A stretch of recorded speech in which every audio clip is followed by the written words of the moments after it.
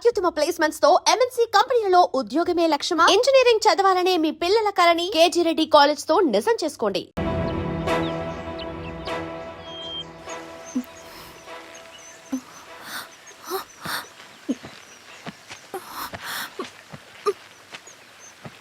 నమస్తే ఎంఆర్ఓ గారు. మా అడవిలో మర్యాదలు ఇలాగే ఉంటాయి. షాక్ అవ్వాల్సిన అవసరం లేదు. జెడ్పీటీసీ ఎలక్షన్ జరగటం మాకు ఇష్టం లేదు. అవి ఆగాలంటే రెండే దారులున్నాయి. ఒకటి మీరు విత్డ్రా చేసుకోవాలి, లేదా మీరు చనిపోవాలి.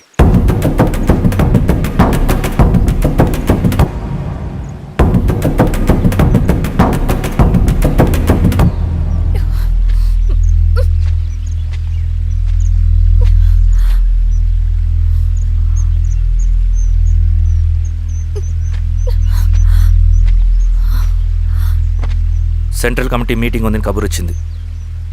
మేము వచ్చేలోపు ఎలక్షన్స్ ఆగిపోయే న్యూస్ రావాలి.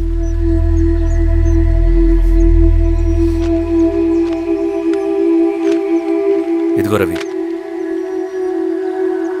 లాల్ సలాం కామ్రేడ్.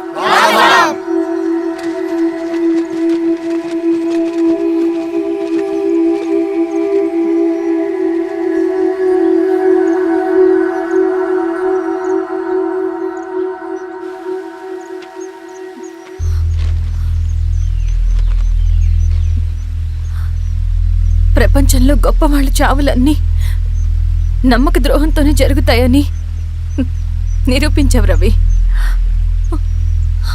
అన్నయ్యని కూడా అచ్చం ఇలాగే చేస్తావు కదా? ఎందుకు రవి? ఏం జరిగింది? అన్నీ బాగుంటే దేశం తరపున బ్యాడ్మింటన్ ఆడేవాడిని.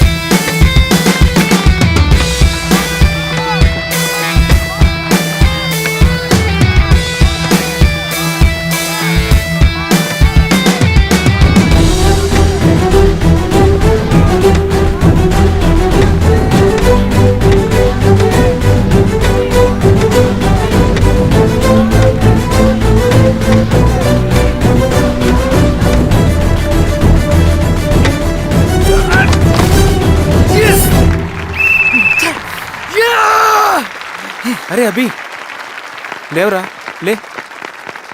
Congratulations. Thank you sir. Ravi, congratulations.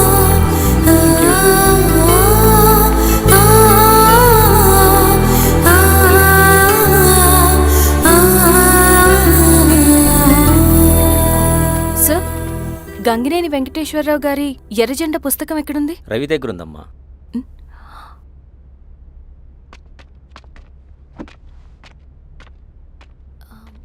Ravi, మీకు ఈ బుక్స్ అంటే ఇష్టమా? అవును, నీకు కూడానా? నేను ఇప్పుడిప్పుడే చదువుతున్నా. సైలెన్స్. క్యాంటీన్కి వెళ్ళి మాట్లాడుకుందామా? ఓకే. అక్క కాఫీ. థ్యాంక్ యూ రచన. పర్లేదక్క. అయ్యో, కాఫీ అస్సలు బాగాలేదు. 1 minute ఇప్పుడే వస్తా. ఎక్కడికి? ఇక్కడికే వచ్చేస్తా. ఎక్కడికి? 1 minute అండి.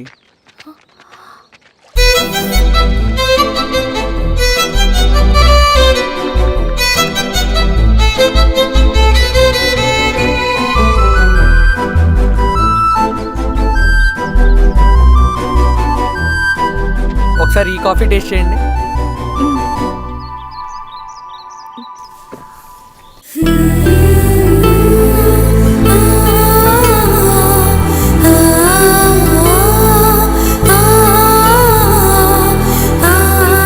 చాలా బాగుంది. థ్యాంక్ యూ అండి.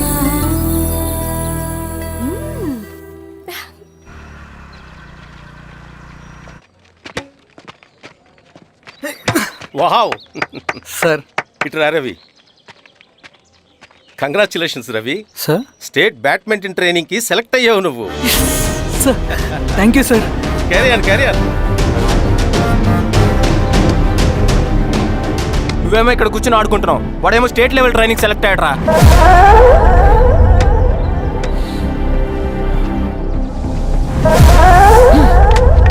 అరే మొత్తానికి నువ్వు అనుకున్నది సాధించావురా. రే, ఎప్పుడు మనం ఎంచుకున్న మార్గమే మన జీవితాన్ని మారుస్తుందిరా. Hi Ravi. All the best Ravi. నీకోసమే తీసుకో. Thank you. బాయ్.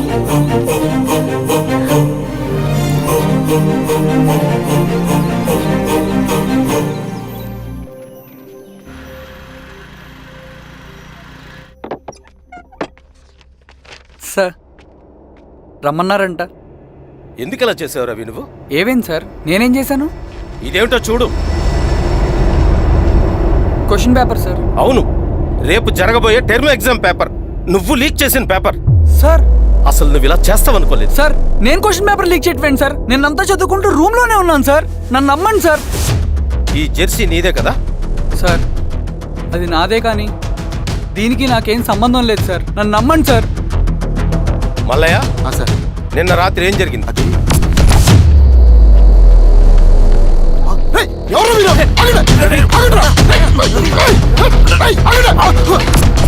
అతను అబద్ధం చెప్తున్నాడు సార్. నాకేం తెలియదు సార్. నేను దొంగతనం చేయలేదు సార్. నన్ను నమ్మండి.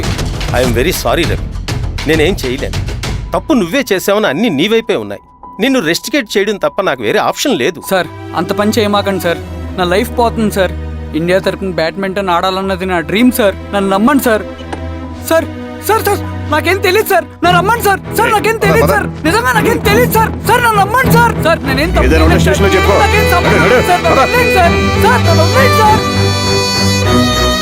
కాలేజ్ తరఫున స్టేట్కి వెళ్ళి ఆడదాం అనుకున్నాను. నాకు కొడుకు తాళం అక్కడే ఉంది కదా.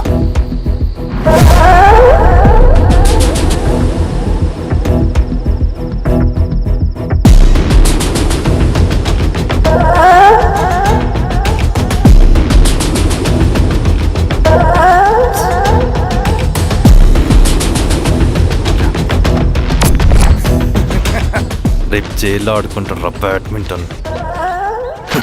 సార్ నన్ను ఎందుకు తీసుకొచ్చారు సార్? నాకేం తెలియదు సార్. పేపర్ లీక్ చేసింది. నేను చేయలేదు సార్. నిజంగా నేను చేయలేదు సార్. సార్ సార్ నిజం సార్. సార్ రేయ్, నీ తరపున ఎవరు లేరా? వచ్చి ఫోన్ చేసుకో త్వరగా.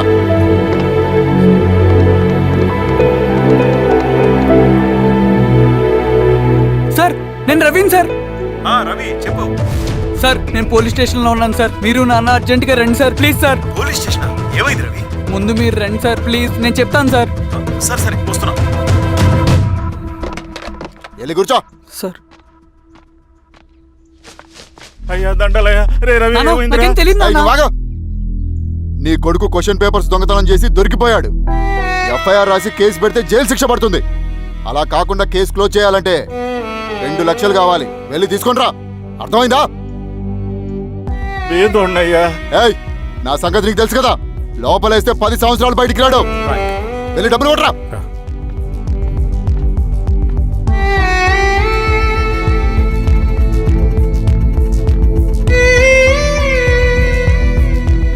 దండలయ్యా. ఇదిగోనయ్యా 2 లక్షలు.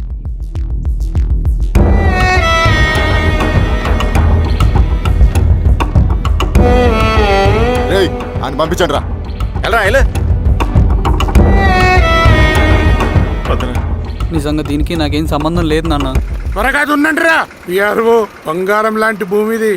అరే ఏంకన్నా, పటేల్ మీ పొలం దున్నేస్తున్నాడు. పదయ్యా. రవి పద.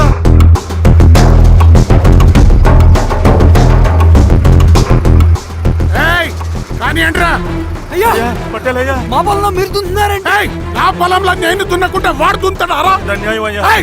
ఏంద్రా అన్యాయము? పొలం అమ్మినావు కదా, అనుకున్న పొలంలో దున్నుతుంటే అన్యాయం అంటారేంట్రా? విఆర్ఓ ఆ పేపర్ని చూడరా, మంచిగా చూసుకుంటారా. పొలం అమ్మేవా నాన్న? అమ్మలేదురా. తాకట్టు పెట్టా. ఏయ్, తాకట్టు కాదురా, నువ్వమ్మావు, నేను కొన్నాను. నేను అమ్మలేదయ్యా. వీడు నా దగ్గర 2 లక్షలు తీసుకొని ఈ పొలం అమ్మాడు. 2 లక్షలా? ఎందుకు? మీ వాడు చేసిన నిర్వాకం వల్ల చదువుకోరా అని కాలేజీకి పంపితే ఆడుతూ పాడుతూ ఎగ్జామ్ ఫెయిల్ అవుతాడని తెలిసి ఆ పేపర్ లీక్ చేశాడు వీడు. ఏంటయ్యా ఇది? పోలీస్ కేసు అవుతుందని తెలిసి వీడు నా దగ్గరకు వచ్చి 2 లక్షలు తీసుకుపోయి వాడిని బయటికి ఇరిపించిండు. ఏం రా, అంతేనా కదా? ఏం తమాషా చూస్తుండ్రా? పని చేసుకోకండి. ఏయ్, దొంగ పేపర్ చాలా కొత్త. పదండ్రా.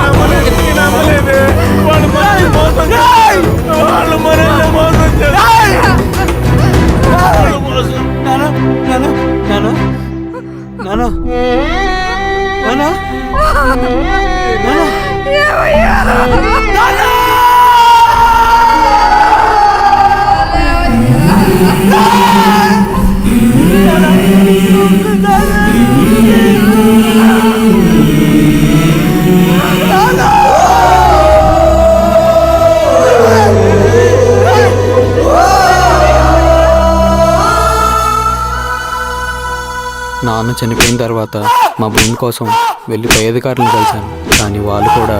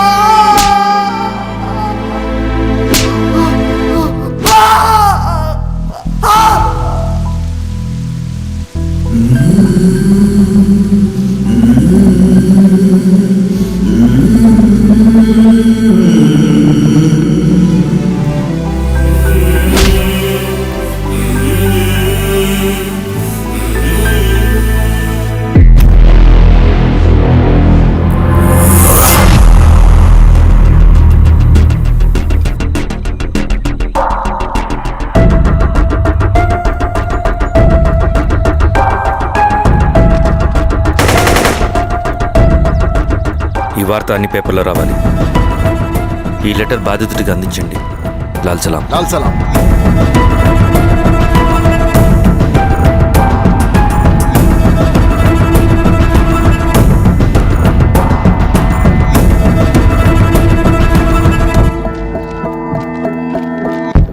ఈ పీడిత భూస్వాముల నుండి విముక్తి కోసం విప్లవ పోరాటం చేయాలి. పేద ప్రజలను సమసమాజం వైపు నడిపించాలి.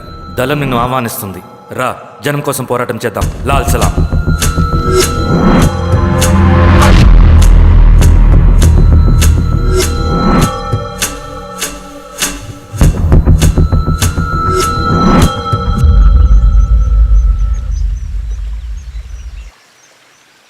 నాకు పట్టిన గతి ఇంకెవ్వరికీ పట్టకూడదని ఉద్యమంలోకి వచ్చాను. ఇన్ఫార్మర్గా చేరాను. దానికోసం ఎంతమందినైనా చంపుతాం, చేస్తాం. కానీ మేమనుకున్న సమాజం తీసుకొస్తాం. కమ్యూనిస్ట్ రాజ్యాన్ని స్థాపిస్తాం. సమాజమా అంటే? రష్యాలో, చైనాలో, వియత్నంలో మా కమ్యూనిస్టులు విప్లవం ద్వారా సాధించిన ఆదర్శ సమాజం. Lenin, Stalin, Mao, Che Guevara, Fidel క్యాస్ట్రోల్ సృష్టించిన కులాలు, మతాలు, వర్గాలు, వర్ణాలు లేని ఒక సామ్యవాద స్వర్గం. అదే మేము కలలుగనేది. దానికోసమే మేము పోరాడేది. నాకు తెలిసి నాజీ పార్టీలో గోబెల్స్ తర్వాత అంత ప్రొపగాండా మీ కమ్యూనిస్టులు తప్ప ఈ ప్రపంచంలో ఎవ్వరూ చేసుండరు. ఉక్కు మనిషి స్టాలిన్, మానవీయుడు మావో, ఎర్ర జెండా వెలుగు ఇలాంటి కమ్యూనిస్టు పుస్తకాలు చదివితే ప్రపంచవ్యాప్తంగా కమ్యూనిస్టులు సాగించిన మారణ హోమాల గురించి నీకు తెలీదు రవి. స్టాలిన్ మొత్తం ఎంతమందిని చంపాడో తెలుసా? 2 కోట్ల మందిని. మనుషుల్ని చంపడంలో హిట్లర్నే మించిపోయాడు. చాలా మందిని సైబీరియన్ లేబర్ క్యాంపులకు పంపి దారుణంగా హింసించి మరీ చంపేశాడు. 2వ ప్రపంచ యుద్ధంలో బెర్లిన్ని ఆక్రమించిన రష్యన్ సైనికులు 8 ఏళ్ల నుండి 80 ఏళ్ల వయసులో కంటికి కనపడిన ఏ స్త్రీని వదలకుండా సామూహిక మానభంగం చేశారు. అది కూడా మీ కమ్యూనిస్ట్ దేవుడు స్టాలిన్ హయాంలోనే జరిగింది. ఇక మీ మావోయిస్టుల భగవంతుడు China chairman Mao Zedong great leap forwarded cultural రెవల్యూషన్ల పేరుతో 14 నుంచి 20 మిలియన్ల ప్రాణాలని పొట్టన పెట్టుకున్న మహానుభావుడు. ఇది మీ కమ్యూనిస్ట్ దేవుళ్ళు రాసిన రక్త చరిత్ర. ఆ దేశాలలో పేపర్లు ఉండవు, టీవీలు ఉండవు, స్వతంత్రమే ఉండదు. 1962లో చైనా మన దేశం మీదకి దాడి చేసి భూభాగాన్ని ఆక్రమించినప్పుడు ఒక్కరు కూడా నోరు మెదపలేదు.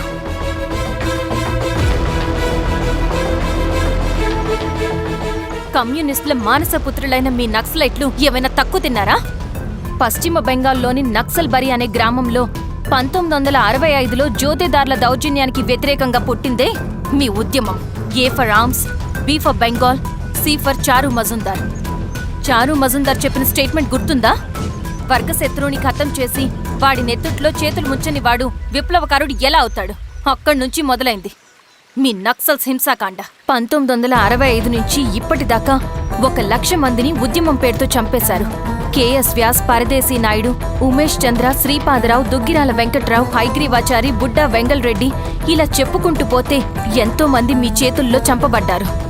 ఇంతమందిని చంపి ఏం సాధించారు మీరు? కంపెనీలు తెచ్చారా? ఉద్యోగాలు ఇప్పించారా? ఇళ్లు కట్టారా? హాస్పిటల్స్ పెట్టారా? ఏం చేశారు మీరు? You did nothing. కడితే డెవలప్మెంట్, కూల్చితే విధ్వంసం. విధ్వంసం చేశారు కానీ డెవలప్మెంట్ ఏం చేశారు మీరు? అంటే ఇన్నేళ్ల ఉద్యమంలో మేం మంచి చేయలేదా? లేకే, ఖచ్చితంగా చేశారు. తెలంగాణ సాయుధ పోరాటం, శ్రీకాకుళం సాయుధ పోరాటం వాళ్ళ చలవే. భూస్వాములు తగ్గి కూలీ రేట్లు పెరిగాయి అంటే అది మీ చలవే. నంబూద్రిపాద్, జ్యోతి బసు, సోమనాథ్ చటర్జీ, పుచ్చలపల్లి సుందరయ్య, తరిమెల నాగిరెడ్డి, చంద్ర రాజేశ్వరరావు, నల్లా నరసింహులు ఒక్కొక్కరు ఒక్కో లెజెండ్. కానీ వీళ్ళు ప్రజానాయకులు. తుపాకీ పట్టి అడవిల్లోకి వెళ్లలేదు. ఎలక్షన్స్ లో గెలిచి ప్రజా సమస్యల్ని పరిష్కరించారు. కానీ మీరేంటి ఎలక్షన్స్ వద్దు అంటున్నారు? ఒక తుపాకీతో మనిషి ప్రాణాలు తీసే బదులు ఒక పెన్నుతో 10 మంది ప్రాణాలు కాపాడొచ్చు. మీలాంటి వాళ్ళు ఉండాల్సింది ఎర్ర జెండా నీడలో కాదు, దేశ జెండా నీడలో. చంపుకుంటూ పోతే ఒకరోజు మనకిష్టమైన వాళ్ళని కూడా చంపుకోవాల్సి వస్తుంది రవి. నా మాట విను. ఇవన్నీ వదులుకుని నాతో రా. ఈ అడవి బయట నీకు గొప్ప ఫ్యూచర్ ఉంది. రా. సంతకం పెట్టండి శిరీష. నేనెందుకు చెప్తున్నానో అర్థం చేసుకోండి. రవి, సంతకం పెట్టండి.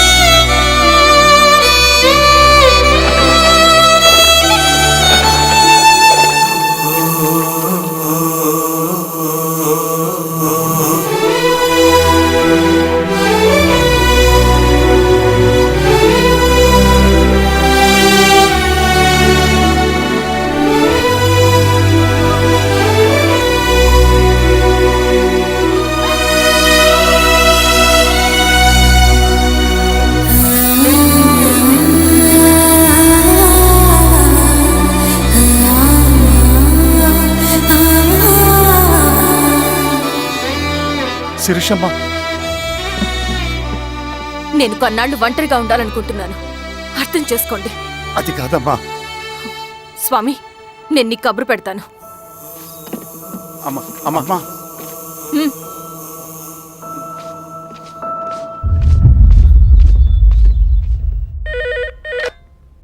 హలో, ఎవరండి? హలో, నేను చెన్నారెడ్డిని మాట్లాడుతున్నాను. సంజీవ్ రెడ్డి గారు ఉన్నారా? సార్ మీటింగ్లో ఉన్నారు సార్. శిరీషమ్మ ఇంట్లోంచి వెళ్ళిపోయింది సార్, ఏం చేయాలో అర్థం కావట్లేదు. ఒకసారి సంజీవ్ రెడ్డి గారికి అమ్మాయి గురించి చెప్పండి. చెప్తా సార్. సురేష్, మనం చాలా జాగ్రత్తగా ఉండాలి. నమస్తే రెడ్డి గారు, యూ కెన్ గో. సార్, కూర్చోండి సార్. వాళ్ళు అక్కడ నన్ను చేతగాని వాడిని చేసి నలుగులో నిలబడుతుంటే నువ్వు ఇక్కడ రిలాక్స్గా ఏసీ రూమ్లో కూర్చొని మీటింగ్ ఇలా. మీరు ఇక్కడికి రాకముందే అన్ని ఏర్పాట్లు చేసామండి. రేపటి నుంచి ఆ నక్సలైట్లకు పోలీస్ పవర్ ఏంటో చూపిస్తాం. కొత్త ఎస్ఐ పళని అప్పన్.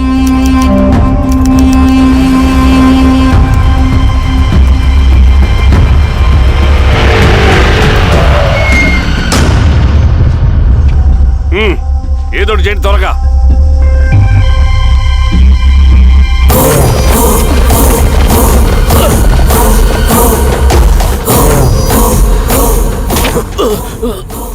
ఏంది ఏరా స్వామి? ఏమని చెప్పినాడా? లేదు సార్. చాలా సిన్సియర్ అనుకుంటుంది. అవును సార్. మన సిన్సియారిటీ కూడా చూపియాలి కదా.